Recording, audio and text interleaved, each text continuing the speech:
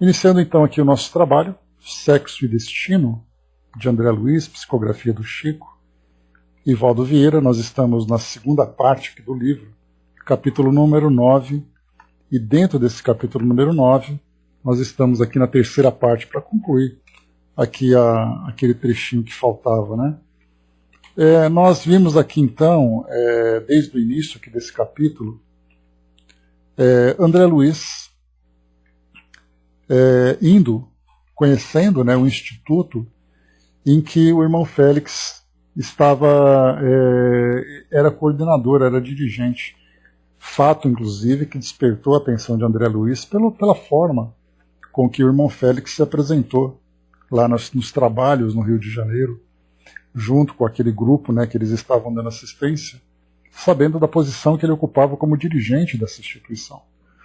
Então, eles foram, André Luiz junto com Neves, foram até o Almas Irmãs para ver ali o restabelecimento de Dona Beatriz, né, que havia desencarnado, e também, claro, né, para poder conhecer um pouco sobre o destino de Marita após a desencarnação.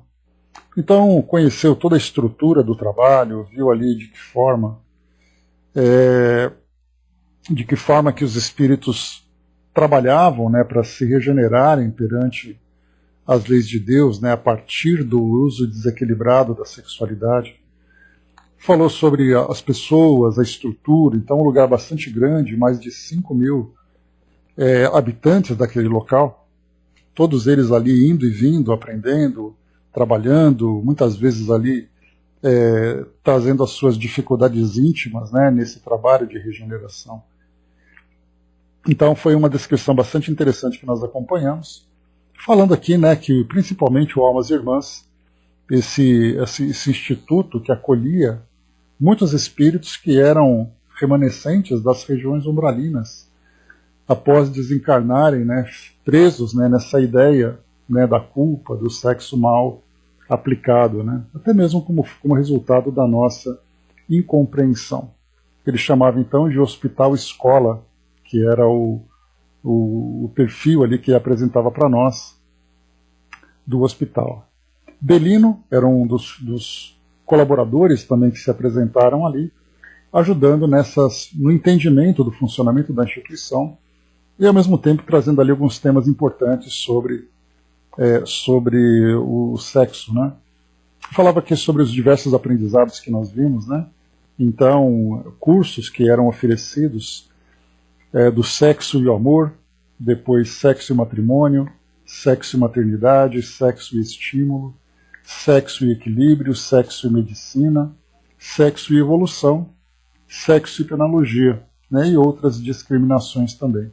E nós vimos que, desses cursos que eram oferecidos, sexo e maternidade e sexo e penologia eram aqueles que mais despertavam a curiosidade dos estudantes, né, daqueles que procuravam esse grau de conhecimento. Falava bastante aqui também sobre, né, a relação que havia entre Nosso Lar e também aqui Almas Irmãs agora, duas instituições ali que acabam desenvolvendo tarefas, né, no acolhimento dos espíritos que saem nessa condição de aprendizado, de desenvolvimento, né, vindo principalmente de uma condição desequilibrada, né, no mundo físico. Vimos aqui também foi falado sobre uma senhora, né, que o nome dela é benfeitora, deixa eu lembrar aqui, Irmã Damiana, que era um espírito que atuava nas esferas inferiores para acolher aqueles espíritos nas piores condições, né, inclusive o próprio irmão Félix havia sido, né, auxiliado por ela do início da sua jornada de regeneração, por ele também ter vivido experiência semelhante. Então falava sobre ela, né, e também lhe chamou a atenção, que foi o que nós destacamos, que muitos são os espíritos, né, como foi colocado para nós aqui,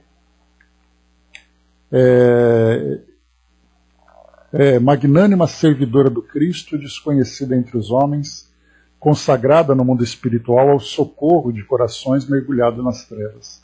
Né? Então ela tinha ali uma instituição que acolhia mais de 1.000 hóspedes, 1.000 espíritos, nesse Era o acolhimento, passava por essa transformação e depois então eram encaminhados para a instituição, já que eles se apresentavam com bastante equilíbrio, né? Depois aqui nós tivemos uma parte interessante. Irmão Regis, também aqui, outro trabalhador que nós encontramos, que era ali auxiliar, né, de irmão Félix, que na verdade ele o substituía quando o irmão Félix estava em trabalho externo. E aqui então nós vimos uma troca de ideias, né, de André Luiz Neves e também aqui irmão Regis, falando sobre, agora de uma forma mais filosófica, digamos assim, falando sobre de que forma que o sexo é percebido, tanto no plano físico como no plano espiritual, que foi esse tema que nós desenvolvemos no nosso encontro passado. Então foi trazido para nós aqui que no mundo físico nós vemos o sexo apenas morfologicamente, ou seja, o sexo masculino e o sexo feminino.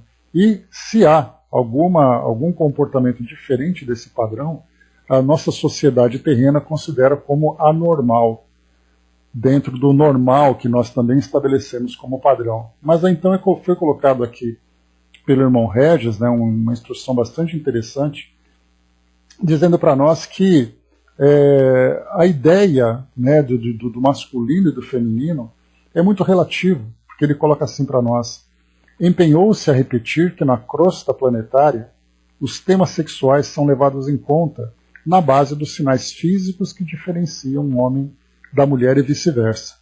No entanto, ponderou que isso não define a realidade integral, porquanto, regendo esses marcos, permanece um espírito imortal, com idade às vezes multimilenária, encerrando consigo a soma de experiências complexas, o que obriga a própria ciência terrena a proclamar presentemente que masculinidade e feminilidade totais são inexistentes na personalidade humana, do ponto de vista psicológico.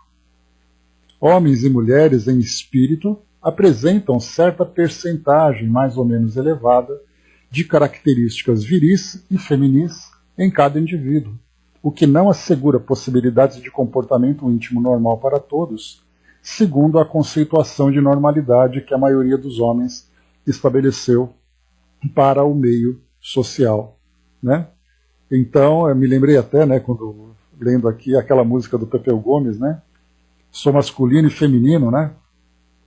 Então isso mostra que nós temos graus diferentes pela própria trajetória que nós vivenciamos durante a nossa evolução, em que ora nós vivenciamos experiências do sexo masculino, ora no sexo feminino, para podermos desenvolver potenciais nossos que somente essas experiências são capazes de proporcionar.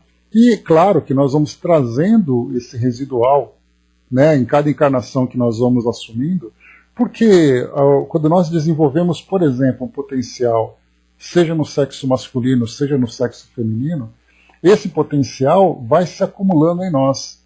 Portanto, não podemos dizer que, tendo ali apenas uma personalidade aqui no mundo físico, uma personalidade masculina, por exemplo, nós não tenhamos ali tudo aquilo que foi conquistado nas experiências anteriores. Desenvolvimento do raciocínio, desenvolvimento dos sentimentos, a mudança de perspectiva que nós trazemos do mundo a partir de uma ou outra experiência, né? Então todo esse resíduo vai se juntando, na verdade não resíduo, mas toda essa experiência que vai acumulando, ela traz ali a marca, né, do tipo de experiência vivida pelo espírito. E depois aqui avançando um pouco mais, que foi que a gente conversou também, foi falado aqui sobre os homossexuais, né? O Neves formulou uma consulta sobre os homossexuais, então o irmão Félix trouxe também alguns esclarecimentos que, como outros temas, né, eles acabam se tornando para nós temas bastante desafiadores, porque olharmos do nosso ponto de vista para determinados assuntos sem que nós tenhamos uma clareza de entendimento vista do plano espiritual, a gente sempre vai ter ali uma interpretação limitada e, portanto, a gente vai mexer com conceitos e preconceitos que nós ainda temos.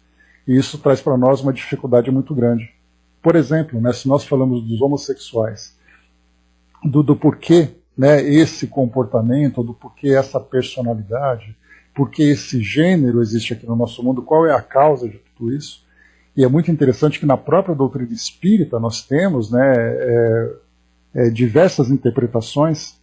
Basta a gente lembrar, por exemplo, que nas décadas de 50, 60, nós tínhamos tanto espíritos como também encarnados que estavam estudando o assunto e muitas vezes trazendo ali uma abordagem bastante dura.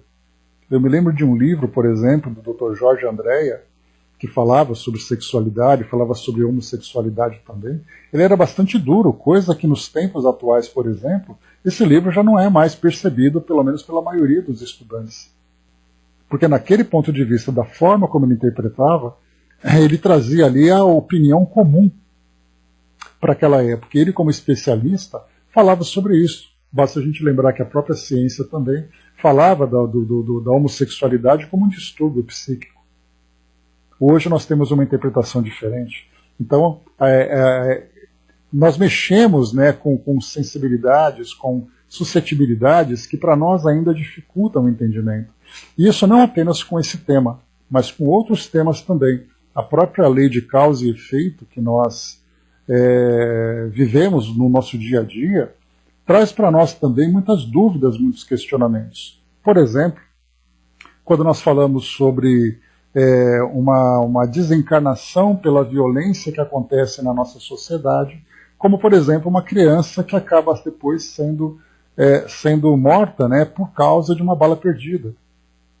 Com relação ao estupro, com relação às execuções, com relação às diferenças, por exemplo, étnicas que existem aqui no nosso meio, quando nós estabelecemos, por exemplo, né, países que trazem ali os nossos irmãos africanos, por exemplo, que vivem grandes dificuldades, como é que nós podemos interpretar que um grande volume de encarnados naquele continente passam por aquilo tudo? Qual é a justificativa que a gente vai dar para tudo isso?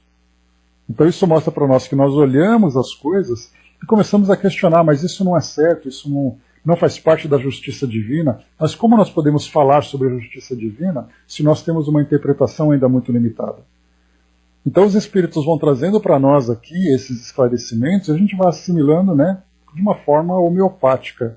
A gente vai mudando um pouco os nossos conceitos, mudando o nosso entendimento, ora fazendo ali uma nova interpretação, ora tendo dificuldade de assimilar essas novas ideias. Então são temas bastante difíceis, né? E nesse caso aqui foi falado então sobre os homossexuais de uma forma até bastante interessante, mas que muitas vezes pode provocar polêmicas. Como, por exemplo, né, muitos espíritos reencarnam em condições inversivas, seja no domínio das lides expiatórias ou em obediência a tarefas específicas que exigem duras disciplinas da parte daqueles que solicitam ou as aceitam. Então mostra aqui para nós, nesse esclarecimento, que o indivíduo que reencarna na condição, né,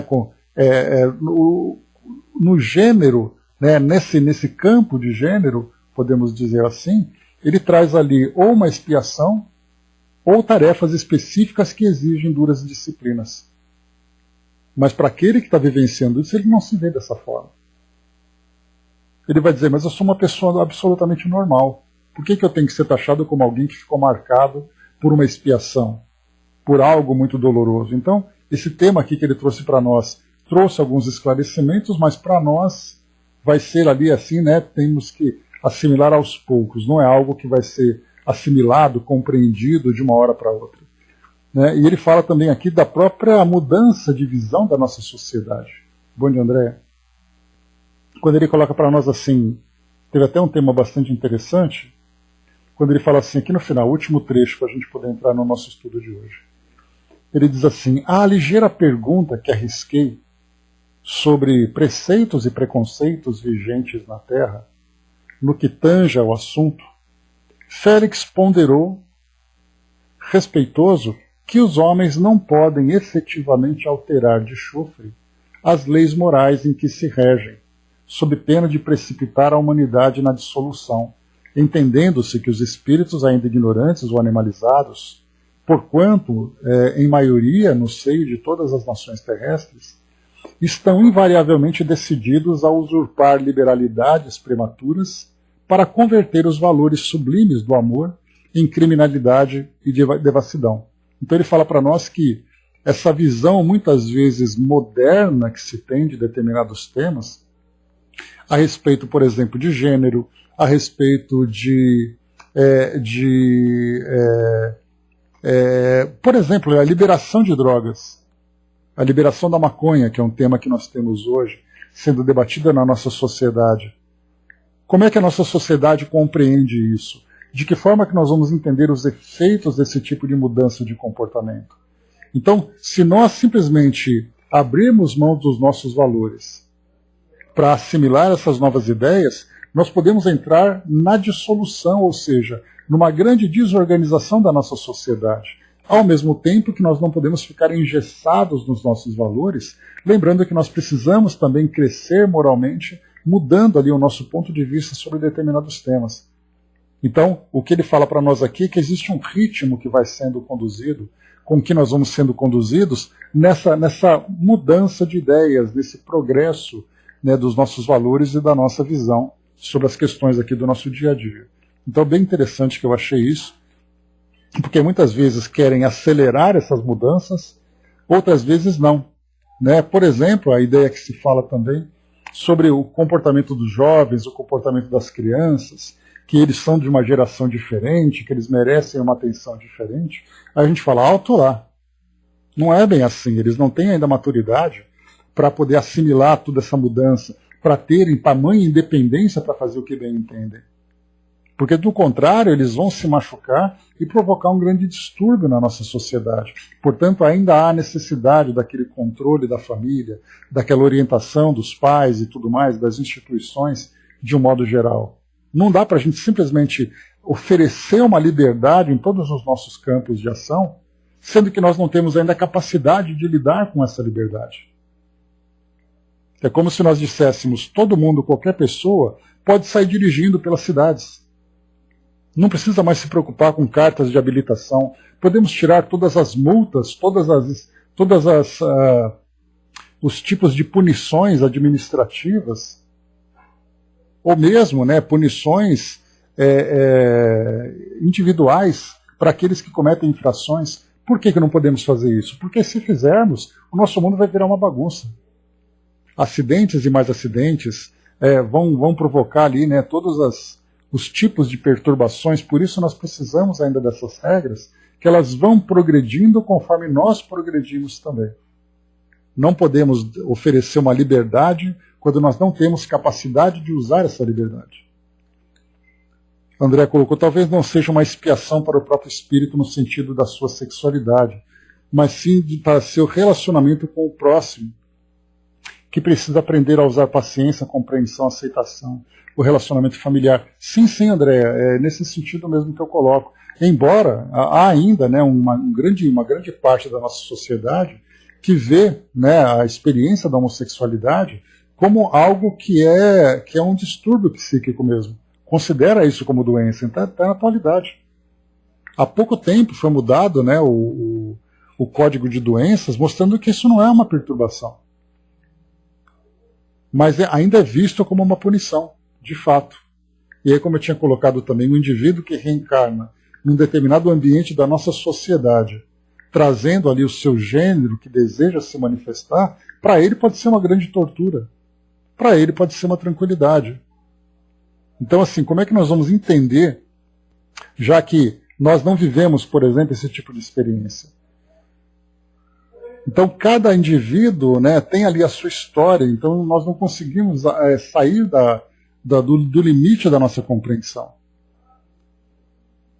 Que o Brás colocou, né, tem os códigos de ética estabelecidos tanto na civil quanto nas eclesiásticas. Né? Pois é. Né, liberdade com responsabilidade faz parte desses códigos de éticas. E o detalhe é que a gente demora muito para evoluir nesse sentido. Né? Não podemos simplesmente dizer, eu vou mudar meu comportamento porque eu quero ser assim. Então a nossa sociedade ainda precisa de regras. Essas regras vão se modificando naturalmente, até que nós entendamos, né, que o nosso comportamento ele depende de responsabilidades, né? E para isso, quando nós estivermos nos graus mais elevados de desenvolvimento, aí as regras já não precisarão mais ser apresentadas. Porque nós já trazemos em nós o entendimento das responsabilidades.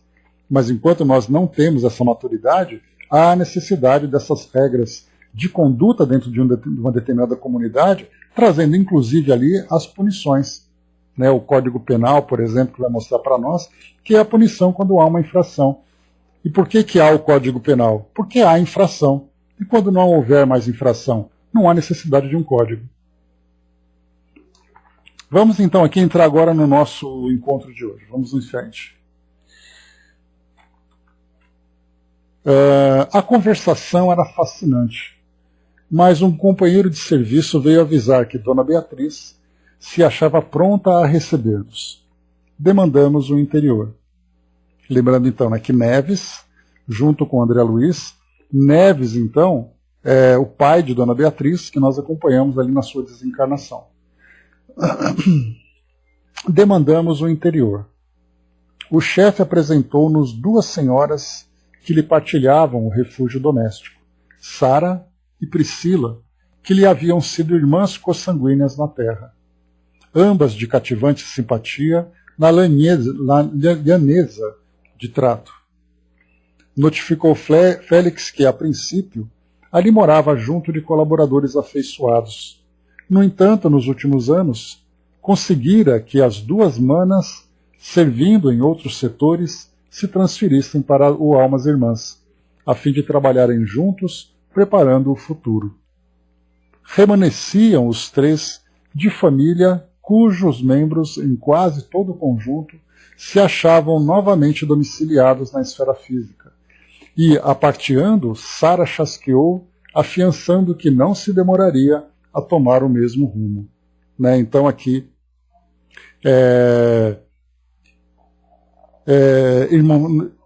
irmão Félix, aqui no caso, né, vivia também aqui então com outras duas irmãs, né? Então toda a família já estava encarnada. Mas eles então estavam desencarnados, mas no caso aqui Sara, dizendo que em breve também estaria ali como encarnada. Né? Parando de trecho a trecho para conhecer minudências do extenso átrio que atravessávamos, fiquei sabendo que o Instituto sustenta zonas residenciais, além dos edifícios reservados à administração, ao ensino, à subsistência e à hospitalização transitória. Aí se acomodam famílias inteiras, casais, espíritos em conjunções afetivas e repúblicas de estudiosos que se visitam ou recebem amigos de outras organizações e de outras plagas, efetuando excursões edificantes e recreativas ou atendendo a empresas artísticas e assistenciais de permeio com as obrigações de rotina. Né? Que interessante, ele mostra para nós a dinâmica daquela instituição, né? Que então tem ali os pacientes, os professores, os estudantes, trabalhadores, vivendo ali uma rotina de uma sociedade comum, né? Com interesse em aprendizado, com o lazer, com intercâmbio com outras instituições. Então, ali todo o dinamismo que mostra para nós aqui as atividades. Né? Satisfazendo-nos as inquirições, Félix informou que Marita se encontrava naquele mesmo sítio, internada num parque destinado a convalescentes. Todavia, não nos encorajou o impulso de revê-la, assim de imediato, a face de achar-se bastante traumatizada, conquanto tranquila. A desencarnação precoce acarretara-lhe prejuízos. Ele, porém, rogara de orientadores amigos as possíveis concessões, a fim de que fosse reposta com urgência no ambiente familiar do Rio, de modo a que não se perdessem medidas em andamento para o resgate do pretérito. O decesso prematuro representara fundo golpe no programa estabelecido ali, no Almas Irmãs, anos antes. Contudo, nutria a esperança de reparar as brechas, restituindo-a ao convívio dos entes caros pela reencarnação de emergência. Dessa forma, aproveitaria a oportunidade e clima de serviço, a maneira de operário que muda de máquina sem se afastar da oficina. O processo alusivo ao retorno tramitava, desde a véspera, nos órgãos competentes, pelo que não julgava oportuno interessá-la em assuntos suscetíveis de que lhe modificassem a mente, voltada para o reduto doméstico. Então, aqui nesse parágrafo, traz para nós aqui, né, a Marita como foco. Então, ela havia desencarnado, bem recente ali a desencarnação dela, se apresentava ainda na condição de convalescente, então era aquele espírito que ainda trazia ali, né, os resquícios de todo o processo desencarnatório que ela vivenciou, especialmente do campo psíquico. Importante a gente sempre lembrar isso, porque geralmente nós focamos muito, né, no processo de desencarnação, do espírito passando pela perturbação, naquele momento em que ele se desliga do corpo físico e entra no mundo espiritual, e nós nos esquecemos da condição mental dele, no sentido de ainda trazer, né, os sentimentos e as ideias que fizeram parte da sua trajetória, principalmente nos últimos momentos.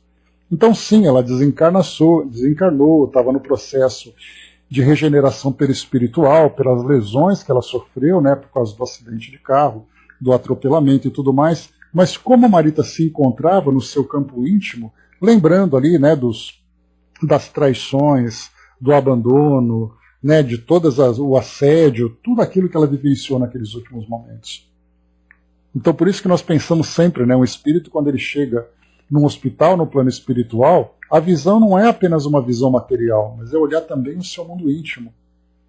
Porque aquele trabalho psicológico de fazer com que ele se desprenda daquelas ideias, daqueles sentimentos que o torturaram nos últimos momentos da sua desencarnação, quando ele desencarna nessa condição ainda bastante frágil, é um trabalho de reconstrução íntima, que por sua vez vai fazer com que ele também se reequilibre fluidicamente. Né? Então aqui Marita passava por esse processo. Mais do que isso ainda, né? Então primeiro, né, não foram estimulados, André Luiz e Neves, a reencontrarem Marita, porque ela estava passando por essa fase. Né? Então foi colocado a desencarnação precoce, acarretar-lhe prejuízos. Então aqui vale só o entendimento dessa expressão, que a gente já tratou anteriormente, a desencarnação precoce. Recentemente nós tivemos, né, essa jovem cantora da música sertaneja que desencarnou, e as notícias que saíram no jornal era exatamente, né, a morte precoce de uma grande artista que despontava para o sucesso. Mas como nós, estudantes da doutrina espírita, vamos interpretar essa fala, essa expressão, esse texto? Primeiro que o precoce é aquilo que acontece antes da hora. Muitas vezes um espírito desencarna numa condição jovem, colocando em prática exatamente a sua programação, em que ele tinha que desencarnar naquele momento da sua vida, diante daquela experiência, naquelas condições. Então o espírito que desencarna precocemente é como uma fruta que é tirada do pé precocemente. Você vai comer uma fruta verde, ainda azeda, ainda necessitando de amadurecimento.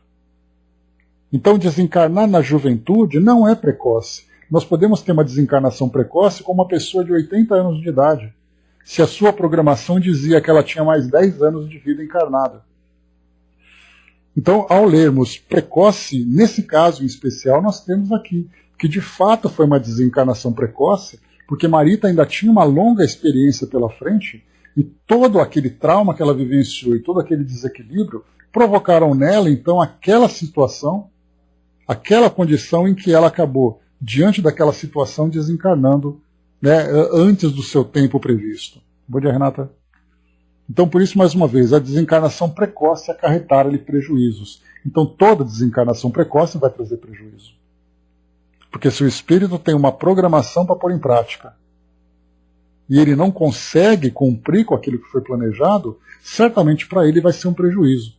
Primeiro, porque tudo que é mal feito tem que ser feito 2 vezes, conforme essa expressão popular.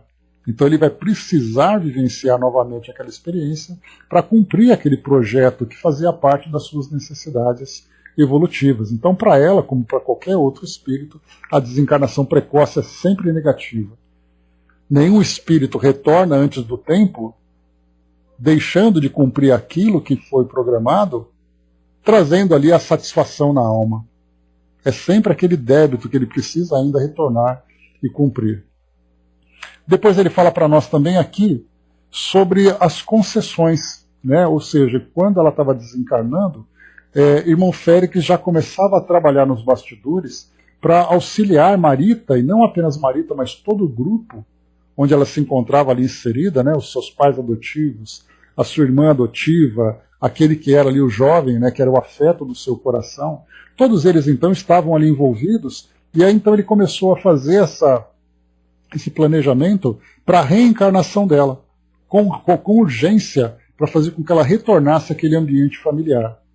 Agora com o objetivo, né, de reencarnar numa nova condição, numa nova posição, dentro dessa expressão bem interessante que foi utilizada, que dizia para nós: a maneira do operário que muda de máquina sem se afastar da oficina.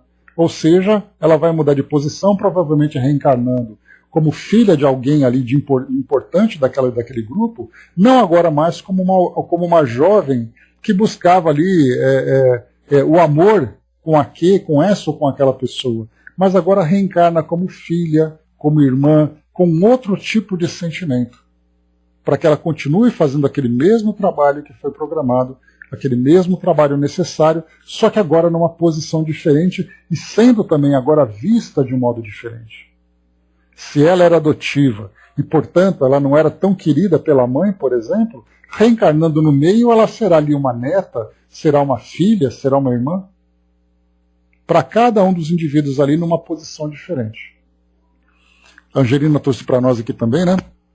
Obrigado pela participação. Deus permite que os espíritos que estão na Terra façam escolhas pelo livre-arbítrio que foi dado. No mundo espiritual, eles aprendem que não existe distinção de sexo, homem, mulher, mas espíritos que procuram entender o amor universal. Né? Então, Antônio Carlos, muito obrigado pela participação conosco. Então, aqui também, né? Então, o livre-arbítrio para todos nós aqui no mundo físico. Então, para nós, espíritos, né, nós temos esses dois ambientes, o ambiente físico e o ambiente espiritual. O ambiente físico traz para nós muitas restrições, principalmente pelos preconceitos, pela forma como a sociedade se desenvolve.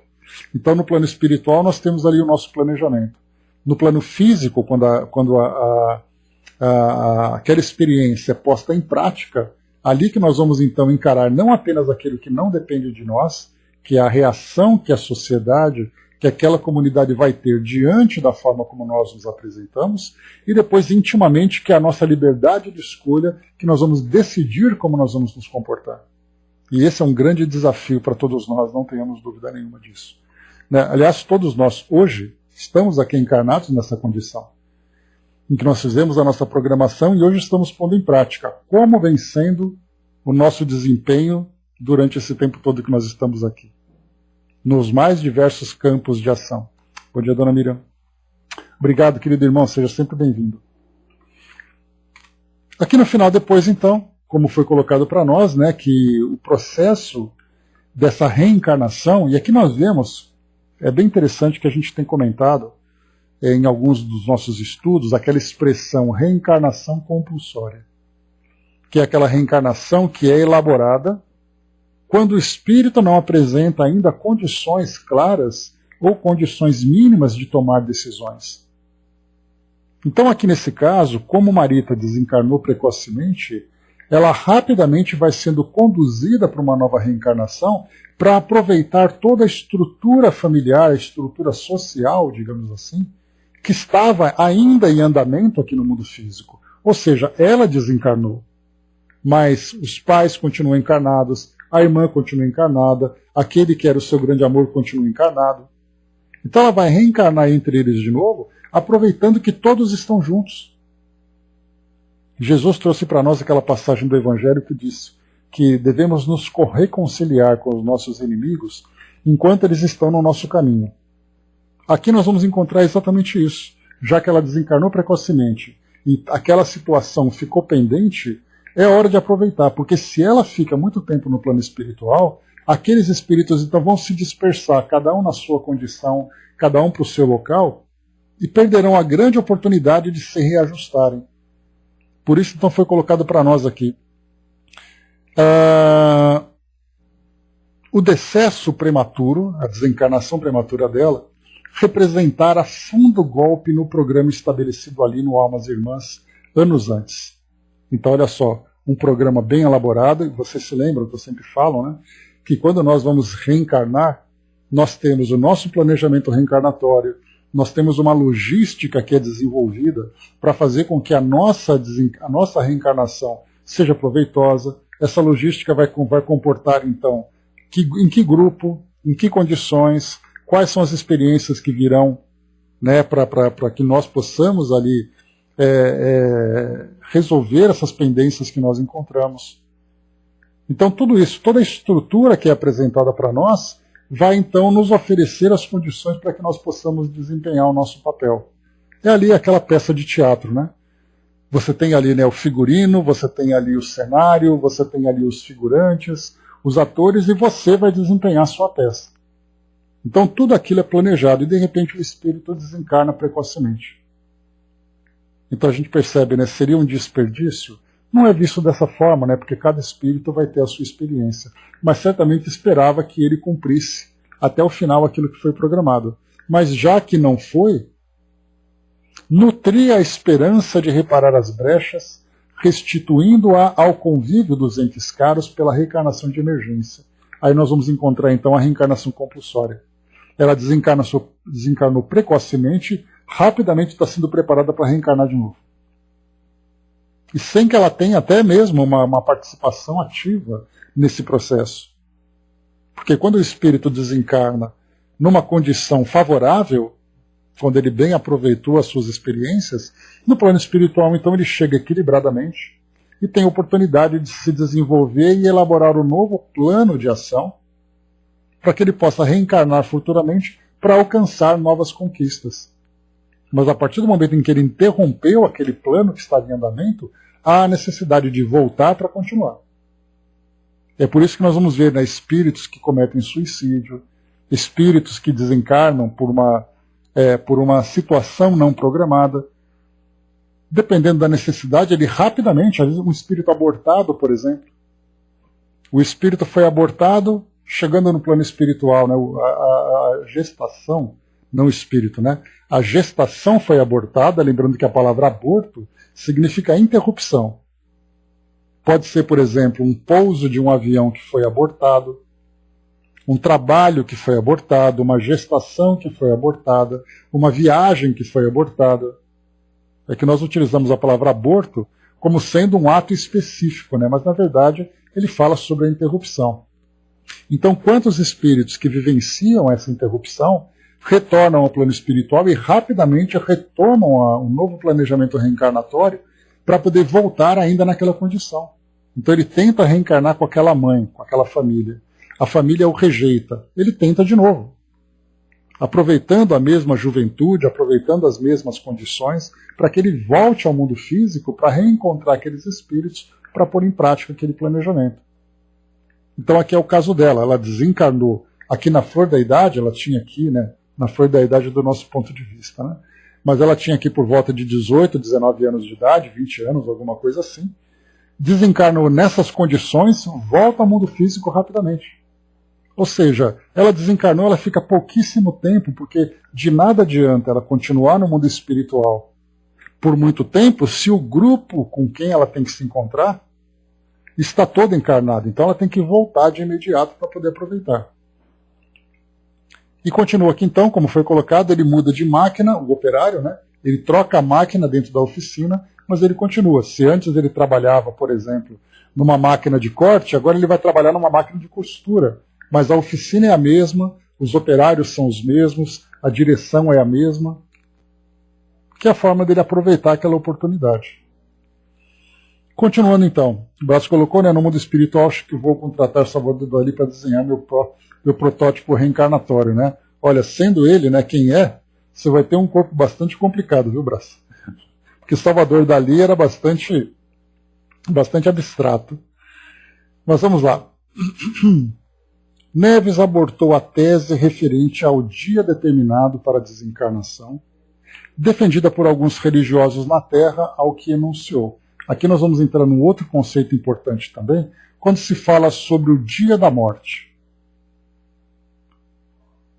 Sendo o dia da morte assim, dizendo que o indivíduo, então, ele vai reencarnar, ele está aqui no mundo, ele vai desencarnar com tal idade, porque essa idade era a idade fixada no livro da vida que tinha no mundo espiritual. Ou seja, no céu estava escrito que ele vai desencarnar no dia 15 de fevereiro de 2042.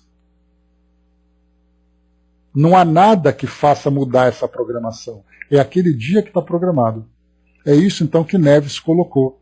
A tese referente ao dia determinado da desencarnação defendida por alguns religiosos na Terra.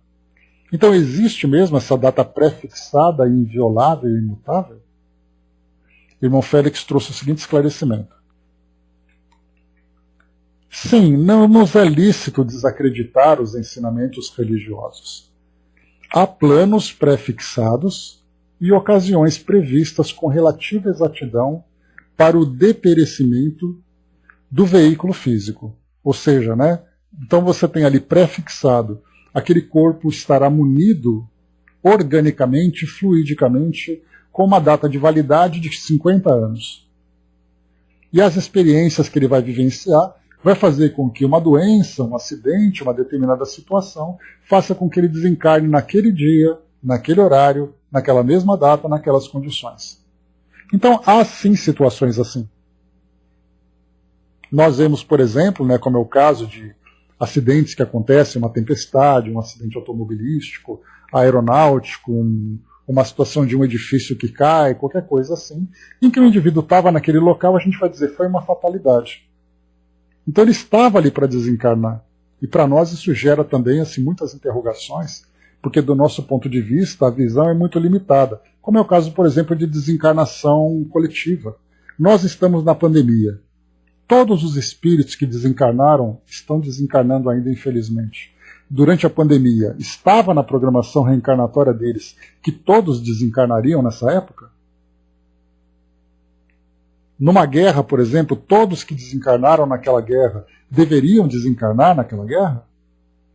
Aquele avião que infelizmente acabou sofrendo um acidente e caiu, todos estavam programados para estarem naquele avião, naquele dia, naquele horário, para desencarnar? Então, sim, há planos e ocasiões previstas com relativa exatidão. Não sabemos quais. Nós, aqui do mundo físico, não temos ideia, não temos condições de dizer que era assim, que era assado. No entanto, os interessados costumam alterá-los, seja melhorando ou piorando a própria situação. Tempo é comparável a crédito que um estabelecimento bancário empresta ou retira segundo as atitudes e diretrizes do devedor. Não podemos assim esquecer que a consciência é livre para pensar e agir tanto nas áreas físicas quanto nas espirituais, mesmo quando jungida às consequências do passado culposo. E sorrindo rematou: qualquer dia é dia de criar destino ou reconstituir destino, de vez que todos somos consciências responsáveis. Né? E aqui vai ao encontro do nosso irmão Antônio Carlos, aqui, que trouxe para nós, para ilustrar esse nosso entendimento, exatamente essa passagem. Né? Deixa eu voltar aqui um pouquinho só. Deus permite que os espíritos que estão na Terra façam escolhas pelo livre-arbítrio que foi dado.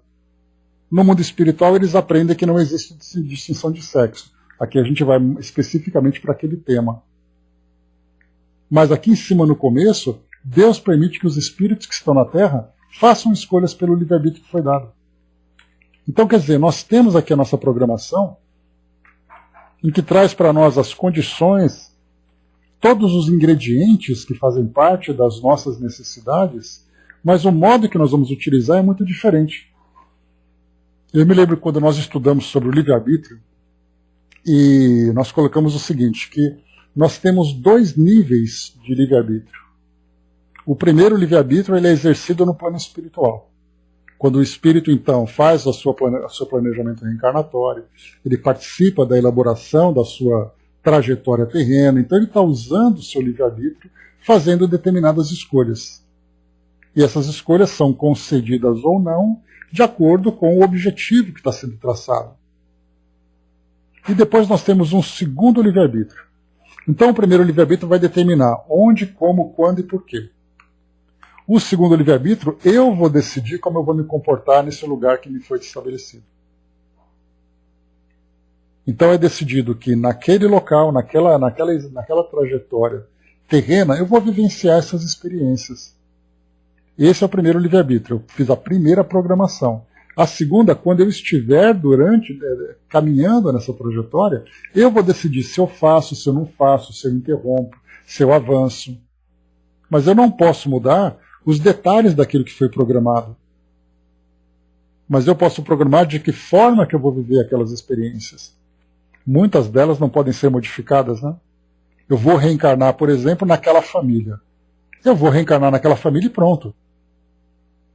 Agora, eu posso, pelo meu livre-arbítrio, como Kardec traz para nós lá no Livro dos Espíritos, que o espírito pode, pela força de vontade, interromper uma gestação, provocando um aborto espontâneo. Mas esses são casos extremos, mas até nessa condição o espírito pode agir pelo livre-arbítrio. Assim como encarnado através do suicídio, desde que tire aquelas condições em que ele não tem ali uma capacidade racional de tomar uma decisão, o espírito que opta pelo suicídio, ele está fazendo uso do seu livre-arbítrio. Ele tem essa liberdade de escolha. Claro que toda escolha terá essa consequência positiva ou negativa. André colocou aqui, né, fico pensando nos que usam os esportes super radicais. Não seria uma morte indireta, uma vez que a pessoa abusou da vida? Andréia, eu me lembro que eu ainda era um ser sendo alfabetizado dentro da doutrina espírita. Ainda sou analfabeto funcional, né? Mas pelo menos naquela época eu estava aprendendo a ler ainda. Mas eu me lembro que foi quando aconteceu o acidente do Ayrton Senna. Né? Então eu tinha ali um amigo que eu considero como sendo ali o meu mentor, aquele que me aproximou da doutrina espírita. Um amigo muito querido, era um senhor, que eu tive contato com ele, então conversava muito, ele me emprestava livros e tudo mais, eu acabei me aproximando, né? O seu Hamilton, pessoa muito querida. Então, naquela época a gente conversava, que foi na época do acidente do Ayrton Senna. E a ideia que era, mas espera aí, ele praticava um esporte que era perigoso. Aquele carro andava no limite da velocidade. Portanto, era muito discutido naquela época se o espírito que praticava um tipo de atividade como aquela, se ele não se expunha ao risco de desencarnar através de um acidente, que foi o que aconteceu. Então o debate girou em torno do acidente do Ayrton. E de lá para cá depois a gente ficou pensando. A gente chegou até a conversar aqui na nossa sala há muitos anos, nos nossos estudos, a respeito do suicídio. O que é o suicídio exatamente? Porque André Luiz falava sobre suicídio inconsciente, suicídio indireto, isso, aquilo. Então, foi importante a gente estabelecer os nomes, né, as definições, os conceitos. Então, para a gente, como os espíritos dizem para nós, lá no Livro dos Espíritos, a gente precisa se entender com as palavras, para que elas expressem o seu real significado. Então, o que é o suicídio? É a intenção que o indivíduo tem de destruir a própria vida. Então, isso é suicídio. A partir dali, o espírito vai então vivenciar experiências de negligência, de abusos, que vão provocar a desencarnação precoce, embora ele não tenha a intenção de fazê-lo. Então, no caso de esportes que são radicais, esportes que expõem o indivíduo ao risco, pelo fato de ele não estar produzindo nada. Ele está vivendo sensações que para ele são agradáveis. Ele busca o prazer através daquelas sensações. Até mesmo é o caso, por exemplo, de um indivíduo que desencarna por overdose. Ele morreu por overdose porque ele usava drogas. Ele queria cometer o suicídio? Aí claro que você vai ter que sondar a intimidade do coração dele para saber se ele tinha a intenção de fazer isso. Mas vamos colocar que ele não tinha. Ele era apenas um dependente químico, uma pessoa doente que buscava aquela sensação. Ele desencarnou. Foi precocemente? Foi precocemente. Vai trazer consequências? Não tenha dúvidas disso. Mas ele tinha essa intenção? A princípio nós vamos considerar que não. Então não houve suicídio. Mas aquilo que ele praticou, da forma, a motivação que ele teve, certamente vai trazer consequências dolorosas pelo tipo de vida que ele levava. Então nós temos aquele indivíduo que fazia ali esportes de mergulho, de asa delta, de paraquedas, de escalada, de skate, por exemplo. Vivendo aquelas grandes sensações, ele desencarnou. Como é que nós vamos julgar tudo isso? Ele desencarnou pelo fato de estar ali buscando sensações que não eram para ele produtivas em termos de espírito. Diferentemente, por exemplo, de um bombeiro que, cumprindo a sua missão de tentar salvar uma vida, ele acabou desencarnando. Ele foi para ali para cumprir um dever que ele tinha. Ele estava preparado tecnicamente para aquilo. Ele estava preparado fisicamente para aquilo. Ele tinha equipamentos para aquilo. Mas ele entrou naquele local com o objetivo de salvar uma vida e desencarnou. Ele estava ali usando as oportunidades da vida de um modo fútil. Quando eu falo fútil, no sentido de evolução do espírito. Naquele caso, não. Ele foi em busca do dever. Portanto, ele é reconhecido pelo sacrifício que ele demonstrou, pelo esforço que ele demonstrou, se sacrificando em benefício do próximo. Mas aquele que pratica um esporte, ele está fazendo o que exatamente em termos de evolução espiritual? A não ser buscar uma satisfação individual. Então, quando acontece esse tipo de desencarnação, eu entendo, essa é uma interpretação que nós fazemos, colocando as palavras no seu devido contexto, ele não cometeu um suicídio. Mas ele desencarnou precocemente e ele vai ter que responder por isso pelo fato da motivação, pela motivação que ele tinha. Então foi uma morte, não foi nem indireta a morte, foi uma morte direta. Assim como André Luiz também relata para nós que a vida que ele levava, uma vida de boêmio, era a busca de prazeres, das sensações, abuso da sexualidade. E depois ele desencarnou. Por que ele sofreu? Pela motivação dele. Por que ele desencarnou? Porque ele abusava dos prazeres da vida.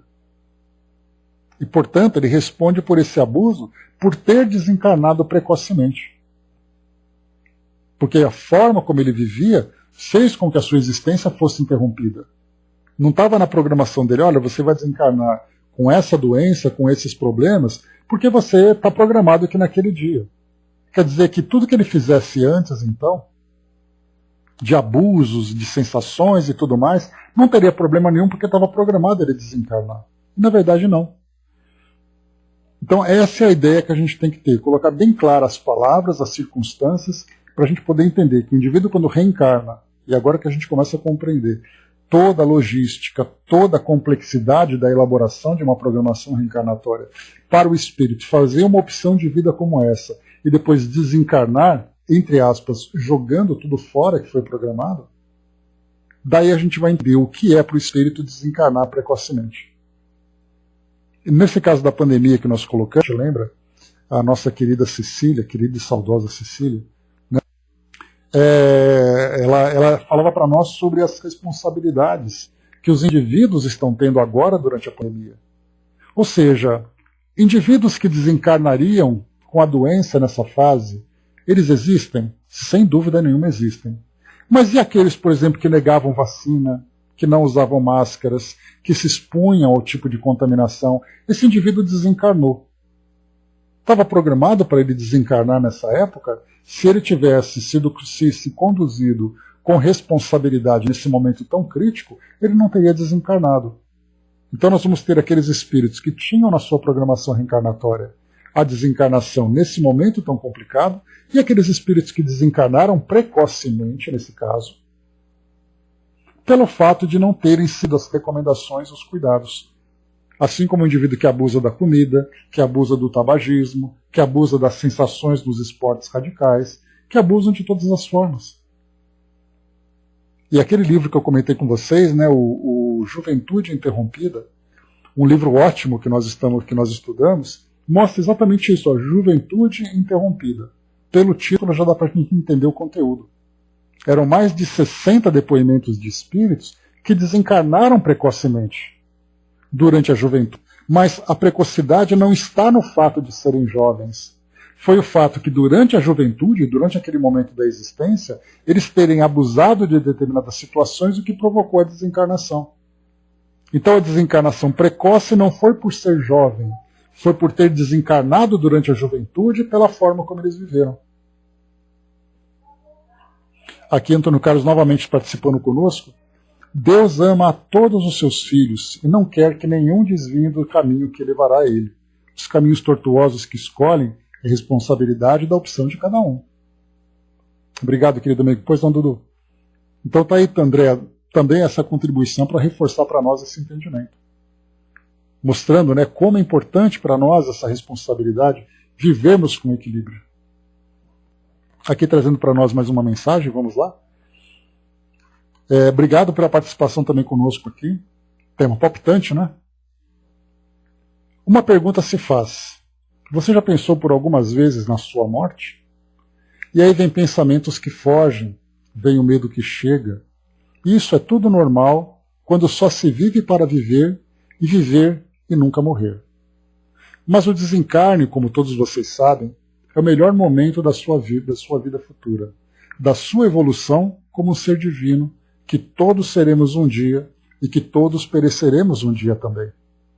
Não fique assim, então, colocando momentos desses na sua mente, porque só você entrará numa neura que não valerá a pena, pois o nosso futuro, como espíritos que somos, acontecerá seja criança, seja na adolescência ou na velhice. Agora vem a segunda pergunta. Você já pensou no seu nascimento como uma forma de reencarnação? Garanto que muito pouco ou quase nada, porque tu carrega na sua mente aquela criança linda, gorduchinha, bochechuda, aquele mimo que aprendemos a ver, aquele espírito de pureza, quando aquela criança que chega faz parte da sua memória pretérita, onde nada se sabe quem é, o que foi no passado e o que será ela no seu crescimento, na sua vida futura. Sempre esperaremos aquela criança que, com o aprendizado da sua criação, com a sua educação dada e colocada também na escola da vida, possa trazer processos morais de boa amplitude. Ser uma criança que todos esperam, ser uma pessoa que crescerá, respeitando tudo o que foi aprendido na sua vida. Mas existem os poréns, aquela que chega errando, pois nada ainda a levou a querer o melhor para a sua vida, que, sem saber o porquê, traz ruínas do seu passado, como um espírito que ainda, na sua ignorância, nada trouxe ainda. Pois, com certeza, a sua hora da melhora chegará. Portanto, em vez de colocar o pensamento da morte, do desencarne do seu corpo, leve na sua bagagem o pensamento do seu encarne, do seu renascimento e o que essa criança que chega pode trazer de bom a ela, e com isso mostrar que a vida terrena será a sua melhor escola da vida, que veio novamente a ela, só colocar essa bagagem, os melhores conceitos de um ser espiritual que trouxe vidas e mais vidas no seu corpo físico e mental. E assim colocar as melhores ações de uma criança que precisava voltar. Continuar melhorando e continuar errando até acertar, pois tudo no tempo futuro se acerta. Tenha certeza disso. Não renascemos só para morrer, renascemos para viver e evoluir. Né? Muito obrigado. Né? Duas perguntas muito interessantes. Né? Se nós já pensamos na morte, mas será que nós pensamos na reencarnação também? Quando nós estamos aqui, né, porque a gente tem sempre aquela ideia da finitude da vida para nós. Então a gente vai reencarnar imaginando quanto tempo falta para a gente desencarnar. E enquanto a gente fica pensando, né, eu me lembro de John Lennon, numa frase dele, que dizia: a vida é o que acontece enquanto a gente faz planos. Para nós, aqui encarnados, nós podemos dizer: a vida é o que acontece enquanto a gente fica pensando na morte. Enquanto a gente fica pensando na morte, a gente se esquece de pensar no nosso dia a dia. Para ter uma boa morte, sim, a gente pode fazer um planejamento da boa morte, mas não temê-la. A desencarnação faz parte do aprendizado. Então, tanto na ida como na volta, para nós são duas experiências distintas, mas que têm ali o mesmo propósito, né, de trazer para nós oportunidades. É aquele que chega, que vai iniciar uma trajetória, é aquele que parte para iniciar uma trajetória, mas a gente não pode pensar no começo e fim da vida né, como a desencarnação, a reencarnação e a desencarnação como sendo marcos de começo e fim de vida. Na verdade, são mudanças de processo, né? Irmã Celina, muito obrigado pela participação. Então são dois processos, mas não são ali o ponto principal da nossa viagem. Origem e destino são apenas referências, mas a viagem em si é que vai fazer a grande diferença para nós. Né? Então, assim a gente deve acompanhar o nosso entendimento aqui sobre a importância da nossa existência. Né? Porque a gente falava aqui, né, o assunto ali, provavelmente a irmã Celina trouxe para nós aqui, pelo tema anterior que nós abordamos, né? Sobre aquela ideia de quanto tempo você vai, a programação reencarnatória que nós temos, se está tudo no dia certo, se está ali precocemente ou não. Então, na verdade, o que a gente vai pensar é de que forma que nós estamos vivendo. Né? Então a gente vai olhar para aquela criança que chega e tudo aquilo que vai ser oferecido para ela que ela possa se desenvolver, da mesma forma que nós também estamos sendo beneficiados.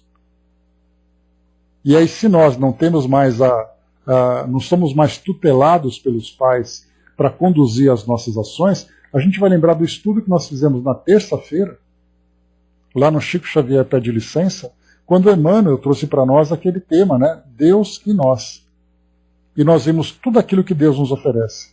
As oportunidades, os recursos, a inteligência, a compreensão das coisas. E o que nós estamos fazendo com tudo isso? Oi, Didima, bom dia, querida. De que forma que nós estamos aproveitando esses recursos, esses benefícios que foram colocados para todos nós? Então que nós não somos marionetes ou estamos ali com coisas programadas. Nós somos seres com livre-arbítrio. E quanto mais esclarecidos nós somos, melhor aplicados são esses livre-arbítrios. É o nosso livre-arbítrio. E avançando um pouco mais aqui, obrigado pela participação dos queridos irmãos. E aqui então a gente lembra, né, como foi colocado aqui pelo irmão Félix, não podemos esquecer que a consciência é livre para pensar e agir, tanto nas áreas físicas quanto nas espirituais, mesmo quando jungida às consciências do passado culposo. E sorrindo, rematou: qualquer dia é dia de criar destino e reconstruir destino, de vez que todos somos consciências responsáveis. E para a gente poder aqui seguir para a nossa finalização, nesse ínterim fomos defrontados pelo aposento da senhora recém-desencarnada, a quem Sara e Priscila dispensavam cuidados especiais. Então essa senhora recém-desencarnada era Beatriz. Beatriz Remoçara.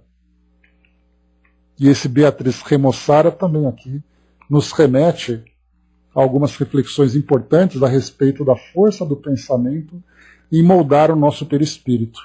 Então, lembrando que ela era uma mulher que desencarnou vítima de câncer. Portanto, a gente pode ter uma ideia das condições físicas de saúde dela na desencarnação. Então, fisicamente, o corpo dela estava ali bastante prejudicado. Mas espiritualmente, pelas condições morais que ela apresentava, de ser um espírito que retornou bem-sucedido no seu projeto reencarnatório, ela já começava a demonstrar a saúde mental dela, a saúde emocional, nas expressões do perispírito. Portanto, ela começava então a remoçar, a ter aquela aparência mais saudável, aquela aparência mais bela, muito diferente da aparência física que ela tinha. No semblante, a circunspecção que lhe conhecíamos, mas nos olhos, o clarão juvenil da criatura que retoma aspirações já muito esmaecidas. Neves aproximou-se. Conversamos. Declarava-se encantada, agradecida aos hospedeiros. Falava como se estivesse num lar de pessoas desconhecidas, sem suspeitar das atenções que recebera de Félix antes de libertar-se do corpo enfermiço. Então, interessante, ela colocou assim que ela ficou encantada, né, por estar ali sendo recebida num local que para ela era completamente desconhecido. Pessoas estranhas para ela, que ela não conhecia ninguém. A única pessoa que ela conhecia era o pai dela, Neves. E ele então ignorava todo o suporte espiritual que ela estava recebendo desses espíritos, que acompanharam cada momento da sua desencarnação. Os enfermeiros, o irmão Félix, aqueles espíritos que estavam prestando assistência a ela. Mas para ela, todo mundo ali era estranho, com exceção do pai. Por isso que ela coloca assim, né? Falava como se estivesse num lar de pessoas desconhecidas, sem suspeitar das atenções que recebera de Félix antes de libertar-se do corpo enfermiço. E a gente acompanhou, né, na desencarnação dela, todo o trabalho que fizeram para poder desprendê-la do corpo físico, para poder fazer com que ela fosse adormecida, para que ela fosse conduzida para aquele posto de socorro inicial, para que depois ela fosse trazida para a colônia, que é Almas Irmãs. Isso tudo ela ignorava, então era até interessante perceber que o espírito dizia: olha, agradeço muito a vocês, tal, não sei o que eu fiz para merecer isso, é a primeira vez que eu vejo vocês. Na verdade, ele estava ali intensamente envolvido por todos aqueles espíritos que naquele momento para ela eram estranhos. A palestra deslizou sobre os patins da ternura recíproca. Ela reconhecida e os anfitriões satisfeitos. Aqui também outro ponto. A gente vê os anfitriões satisfeitos e ela reconhecida. A satisfação dos anfitriões de verem, porque ela era um espírito que estava vinculado àquela instituição, tinha feito a sua programação reencarnatória junto àqueles espíritos que ajudavam nessa programação, e ela foi para o mundo físico, passou todo aquele tempo e retornou como um espírito bem-sucedido. Essa é a satisfação dos anfitriões. Por outro lado, a gente vai ver também aqui, enquanto Beatriz se apresenta desse modo, nós vamos ver Marita, que desencarnou precocemente, trazendo todo aquele sofrimento. E o que vai proporcionar, então, para os espíritos, a frustração. Porque não era para ela estar aqui de volta. Ela tinha que se esforçar para pôr em prática aquilo que foi programado. E tudo isso foi por água abaixo. Então, rapidamente reorganiza-se então o planejamento dela para fazer com que ela volte urgentemente para aproveitar tudo aquilo que está acontecendo. A diferença de uma frustração e de uma satisfação daqueles espíritos que estão, então, nos acompanhando aqui durante a nossa trajetória. Assuntos numerosos vieram à baila. Notava-se que Félix se empenhava em distraí-la, desentranhando-lhe o pensamento fincado no antigo lar. André Luiz passou por isso também, né? Quando ele desencarnou, a primeira coisa que ele pensava é a minha esposa, os meus filhos, a minha casa. Só que no caso dela, tinha também ali uma situação bastante dramática, bastante problemática, como a forma como o esposo, como o filho, a forma como eles estavam vivendo. Então, claro que ela gostaria de obter notícias de casa. E a gente vê muito isso, né? Todo espírito que desencarna, a primeira coisa é: e os meus filhos? E meu marido? E minha esposa? E meus amigos? E minha casa? E meu trabalho? Então a preocupação é com aquilo que deixou. E o espírito não consegue, a princípio, se concentrar nessa nova vida que ele vivencia. E nós vamos lembrar, principalmente, né, pela quantidade de espíritos que desencarnam sem terem noção da realidade do mundo espiritual. Então é muito natural que cheguem no mundo espiritual e a primeira coisa que perguntam foi aqueles que deixaram. Mas no caso dela aqui, as lembranças seriam também dolorosas. E aí então a preocupação dos amigos espirituais era fazer com que ela se concentrasse no presente.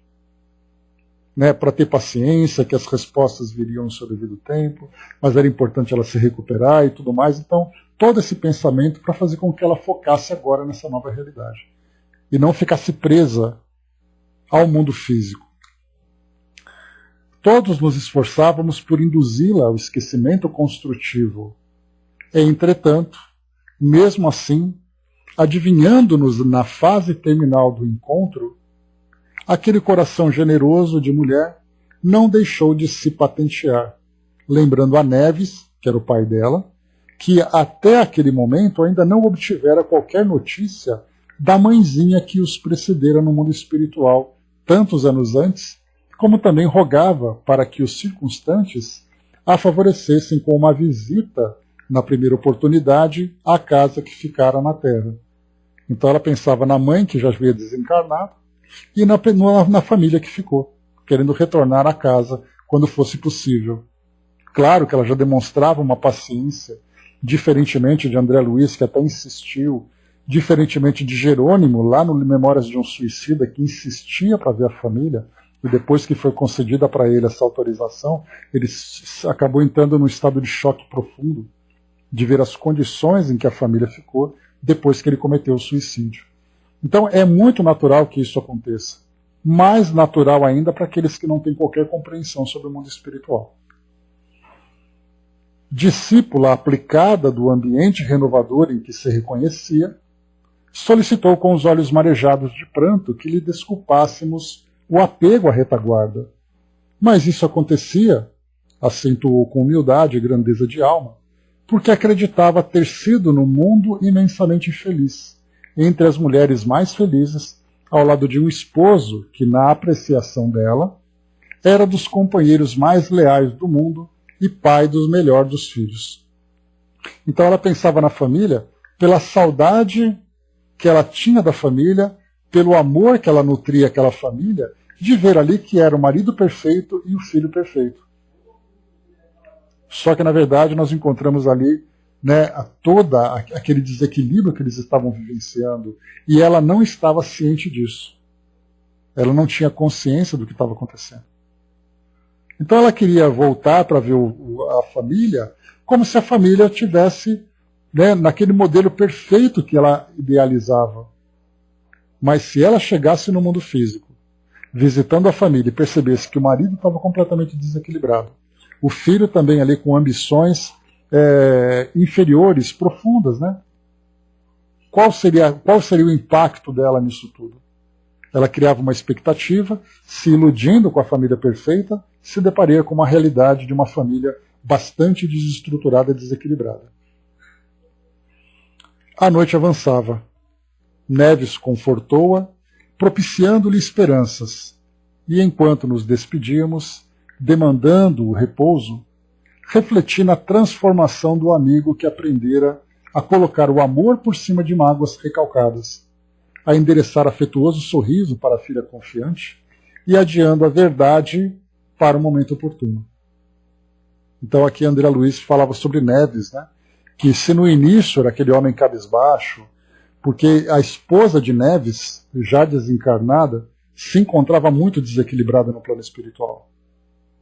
Os filhos, que eram 2 filhos e mais Beatriz, os 2 filhos também desequilibrados, apegados à matéria, e a filha, tão amada por ele, estava na desencarnação que ele estava acompanhando. E isso fazia com que ele sofresse muito. E agora mostra um homem totalmente transformado, já que chegou ao final aquele trabalho que ele estava fazendo de acompanhar a filha e que ele se viu forçadamente a se aproximar da sua própria história do passado. E agora ele começava então a retomar a sua vida no mundo espiritual, a sua rotina no mundo espiritual, distante dessas lembranças tão dolorosas. Então isso que André Luiz então observou, essa transformação, porque ele trazia muitas mágoas, vendo a filha, vendo o esposo da filha, né, o genro, traindo, depois o filho também seguindo por aquele caminho tão desequilibrado, naquelas aventuras e desventuras, né? E agora ele começava a se mostrar fortalecido para isso tudo, para retomar suas atividades. Então é isso, meus amigos. Encerrando por aqui, nós terminamos o capítulo número 9 e vamos então para o capítulo número 10, né, no nosso próximo encontro na semana que vem.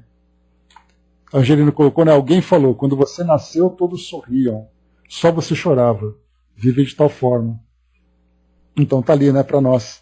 Então vamos viver sorrindo, né, porque a gente vem acompanhando a dimensão do trabalho que é feito no plano espiritual antes, durante